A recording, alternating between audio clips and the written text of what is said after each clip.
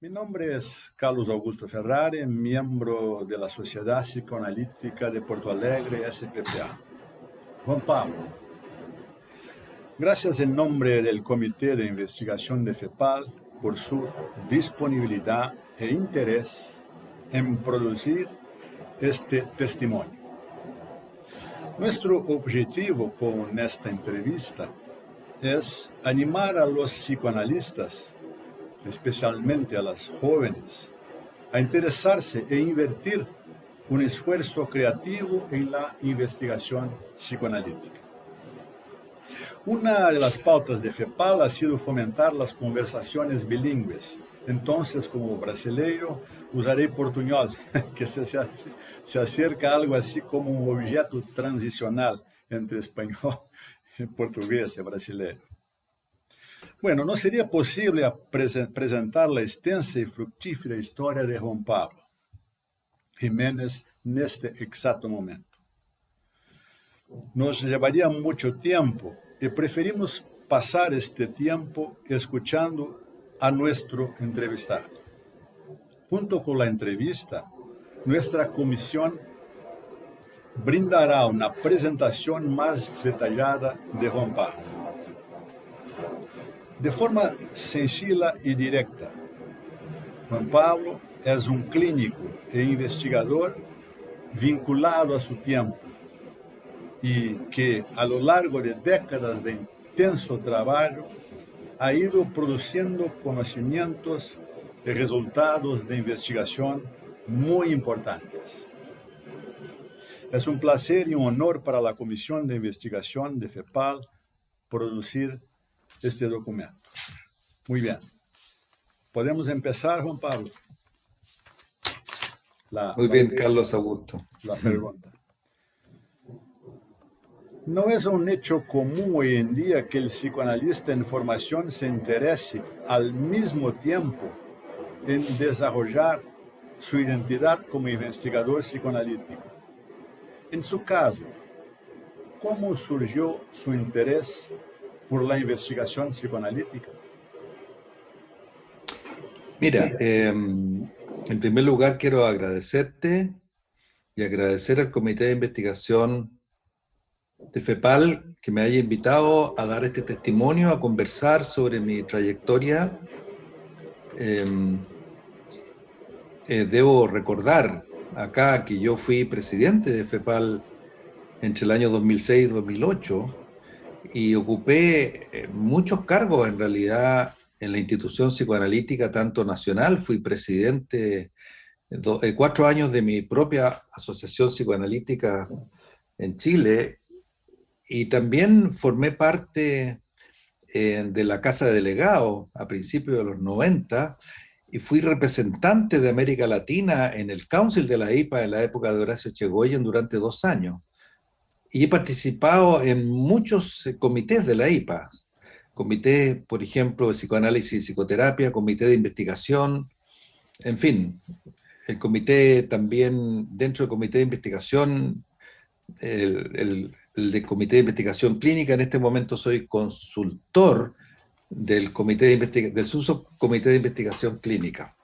Bueno, debo decirte, cuando tú hablas de la identidad, o sea, hablas de clínico y de investigador, quiero decirte, Carlos Augusto, y con esto convencer que efectivamente estas han sido 2 identidades. Te voy a decir que una de mis frustraciones profesionales, o sea, como psicoanalista, es que a pesar de que he estado en mi carrera psicoanalítica institucional en muchos cargos directivos, es poco lo que he podido influir en este sentido, poco lo que pude influir en este sentido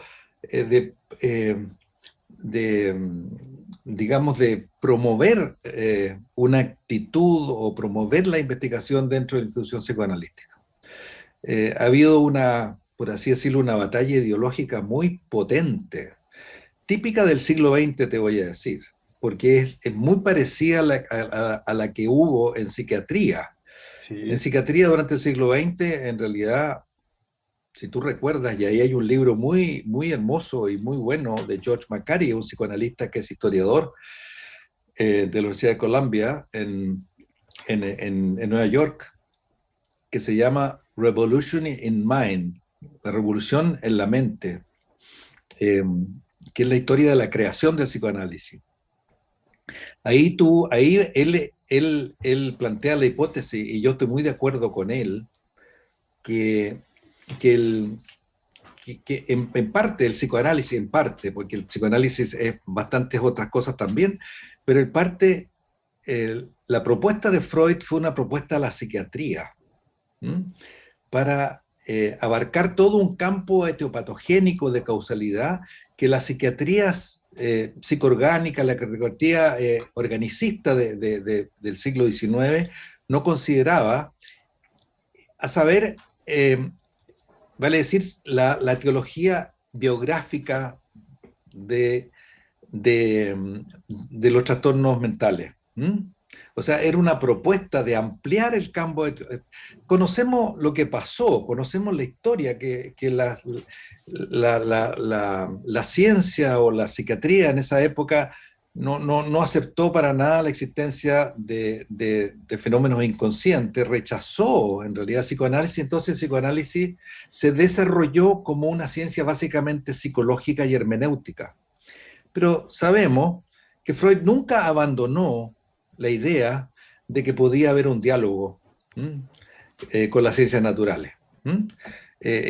Su último en el esquema de psicoanálisis, ahí él plantea de nuevo lo mismo, o sea, después de toda una trayectoria de vida, plantea lo mismo, dice, llegará el tiempo en que descubriremos sustancias que nos podrán servir para modificar, qué sé yo, los fenómenos mentales, aun cuando por el momento no tengamos otra cosa que la terapia psicológica. Eso lo dijo al final, o sea, el año 39, prácticamente su último escrito. Por lo tanto, eso a mí me ha quedado siempre, pero claro, esa grieta se traduce, y yo la viví intensamente en mi propia vida psicoanalítica y académica, esa grieta por un lado entre ser psiquiatra e investigador, y por otro lado ser psicoanalista.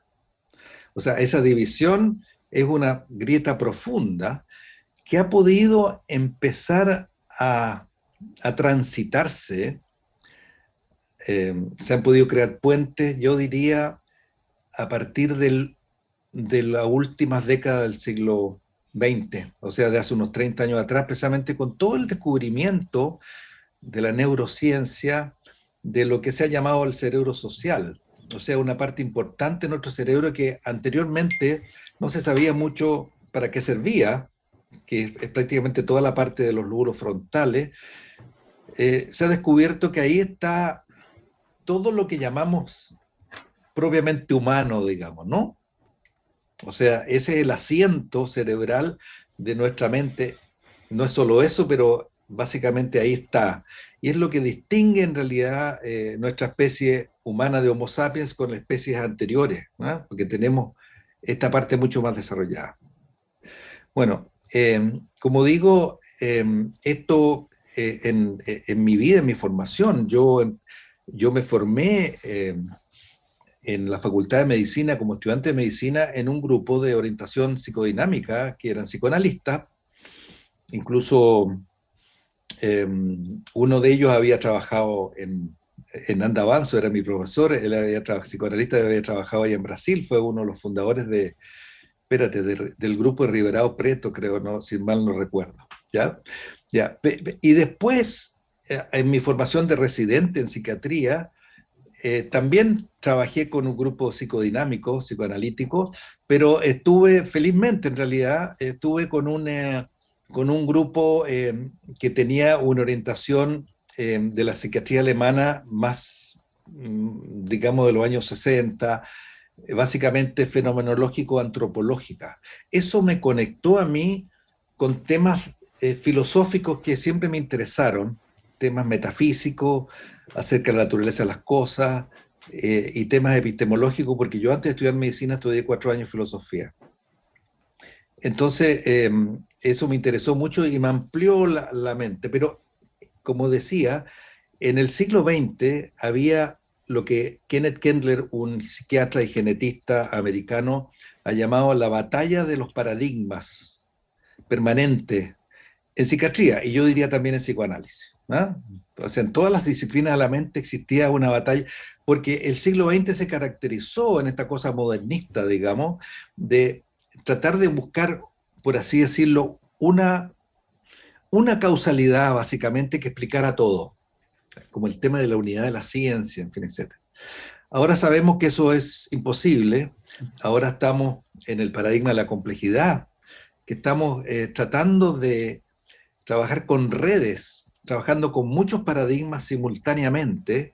El tema es difícil, pero ya eso es obsoleto. Y yo diría pasa lo mismo en psicoanálisis, porque resulta que en psicoanálisis lo que hemos descubierto y todo el tema del posmodernismo en psicoanálisis, la corriente posmoderna en realidad, nos hizo darnos cuenta de que desde el principio, y eso también está bastante claro en la historia del psicoanálisis, desde el principio en psicoanálisis hubo una suerte de ramificación, ¿ah? De teorías y de enfoques, etcétera, etcétera, y que solo se contuvo durante mucho tiempo, artificialmente diría yo, a través de una autoridad bastante estricta que definía qué es lo que era lo ortodoxo y qué es lo que no lo era, y qué es lo que era psicoanálisis y qué es lo no era, que no era psicoanálisis. Eso de alguna manera sigue hasta el día de hoy, pero cada vez de manera más diluida. Entonces, en este momento, el psicoanálisis es una teoría multifacética que tiene muchas distintas manifestaciones y no es tan fácil decir qué es lo que nos une. No es tan fácil. De hecho, a mí me pasó durante mucho tiempo que si bien yo tenía una cierta cultura bastante universal, porque yo me formé en mi propia formación con una cultura muy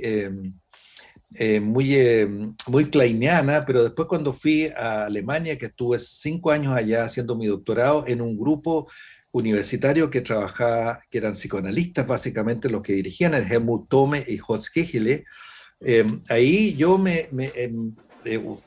hice casi una especie de segunda supervisión, lo único que no hice, perdón, una segunda formación.